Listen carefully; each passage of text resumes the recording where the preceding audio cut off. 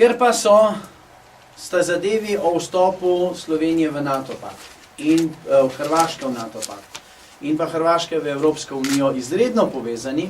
in se prepletata, navkljub temu, da to slovenska vlada ves čas negira,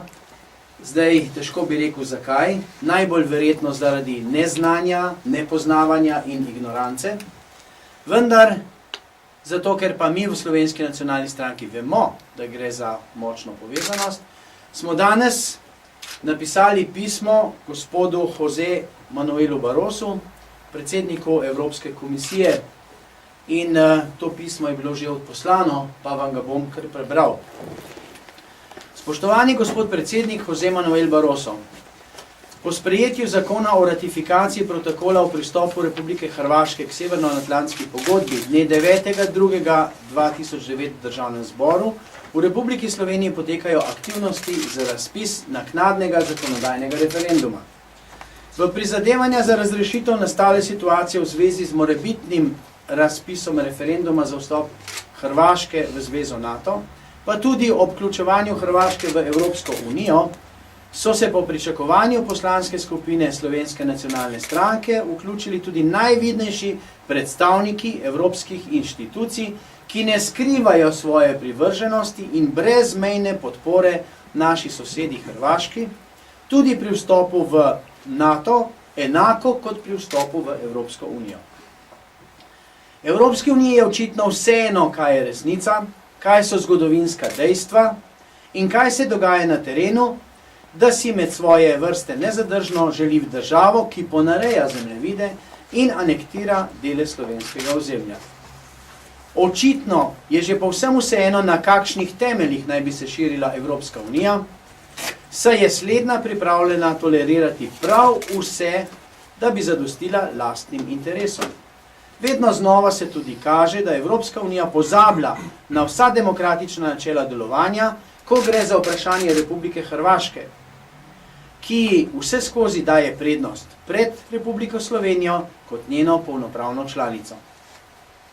Lahko se celo vprašamo, ali je polnopravna članica Republika Slovenija ali pa je članica sosednja Hrvaška. V poslanski skupini Slovenske nacionalne stranke ocenjujemo, da brezpogojna podpora Evropske unije izvira iz nerazumevanja kompleksnosti in temeljnega nepoznavanja zgodovine balkanskega področja, nepoznavanja mentalitete prebivalstva in nasploh problematike nerešenih odprtih vprašanj med državami, nastalimi na območju nekdanje Jugoslavije.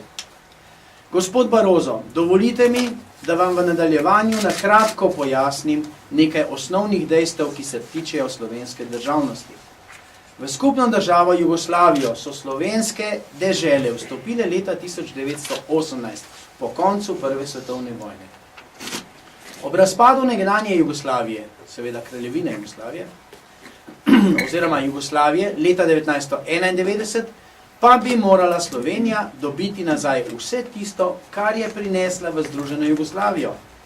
Ne pa zgolj tisto, kar je ostalo po delitvi, ki so jo izvedli komunisti v nekdanji Jugoslaviji.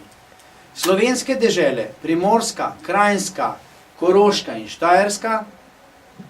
ki so vstopile v Jugoslavijo leta 1918, imajo prvobitno suvereniteto. Na tej suvereniteti temelji in stoji suverenost sedanje Republike Slovenije.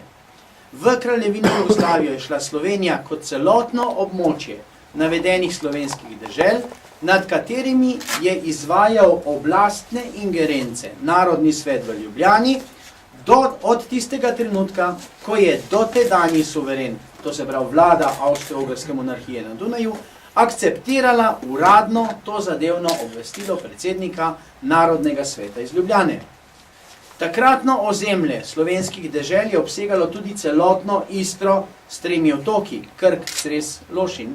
in Medmurje nad reko Dravo. Tako bi morala sedanja Republika Slovenija ta ozemlja, ki jih je prinesla v državo, dobiti nazaj, ko ta država razpade.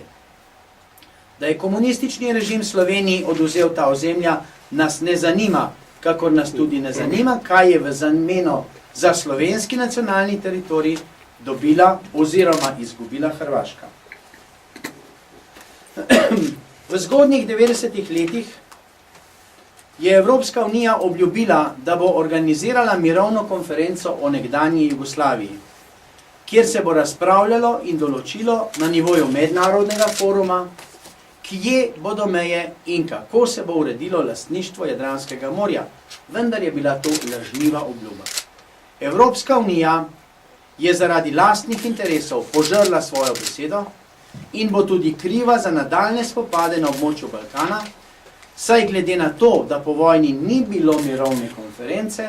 vojna de jure še traja. Ne vem, če se Evropska unija zaveda, da ima Republika Hrvaška nerešena mejna vprašanja tudi z drugimi, ostalimi državami nekdanje Jugoslavije, z Bosno in Hercegovino, Republiko Srbijo in Republiko Črnogoro. Tudi v Republiki Sloveniji živi približno 50 tisoč Srbov, 50 tisoč Bošnjakov in kakih 20 tisoč Črnogorcev, ki so upravičeno zaskrbljeni glede brezpogojne podpore o pristopu Hrvaške v Evropsko unijo ter zvezo NATO. Iz preteklih zgodovinskih dogodkov, iz časa druge svetovne vojne in ustaških koncentracijskih taborišč,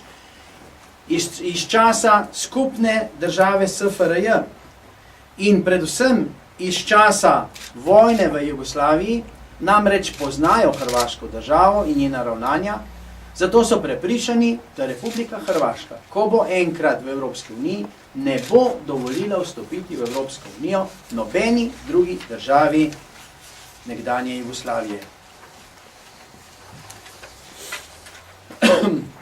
Glede na navedeno, nikakor ne smemo zanemariti volilne volje zgoraj naštetih državljanov Republike Slovenije ob morebitnem razpisu referenduma o vstopu Hrvaške v zvezo NATO in vstopu v Evropsko unijo,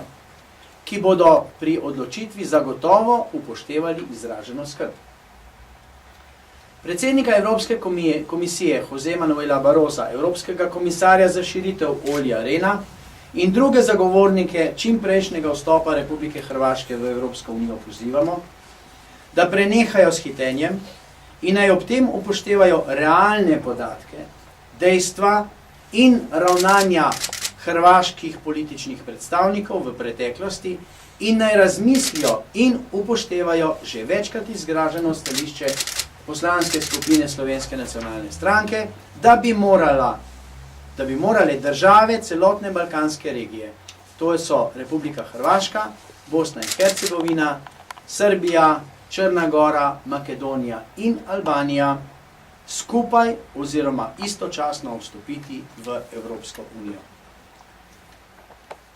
To smo danes poslali na ta naslov in pričakujemo odgovor, seveda s tem tudi, da se bodo gospodje v Evropi navkljub vsemu malo zamislili nad zadevami, ki jih tako nonšalantno in glede na svoje trenutne privatne interese odrivajo na stran.